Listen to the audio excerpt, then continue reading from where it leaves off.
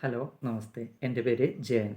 ഞാനിന്ന് ഇവിടെ പറയാൻ പോകുന്നത് ഏത് സബ്ജക്റ്റാണെന്ന് വെച്ചാൽ കിക്കിംഗ് മസിൽ അഥവാ റെക്ടസ് ഫീമോറിസ് എന്ന മസിലിനെ കുറിച്ചാണ്.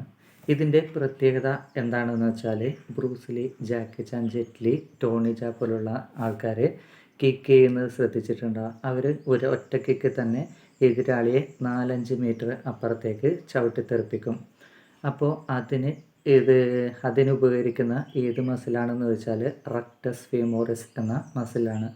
നമ്മുടെ ഇടുപ്പ് മുതൽ കാൽമുട്ട് വരെ നീണ്ടു നിവർത്തി നിൽക്കുന്ന ഒരേ ഒരു മസിലാണ് റെക്ടസ് ഫീമോറിസ് എന്ന് പറയുന്നത്. ഈ മസിൽ ശക്തിപ്പെടുത്തിയാൽ നമ്മുടെ കിക്കിൻ്റെ പവറും കൂടും, കൂടുതൽ പവർ കിട്ടും.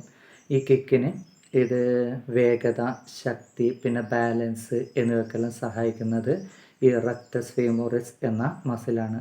ഈ ആയോധന കല പഠിക്കുന്ന ഏതൊരാൾക്കും ശക്തിപ്പെടുത്തേണ്ട ഇത് പ്രധാനപ്പെട്ട ഒരു മസിലാണ് റെക്ടസ് ഫീമോറിസ് എന്ന് പറയുന്നത്.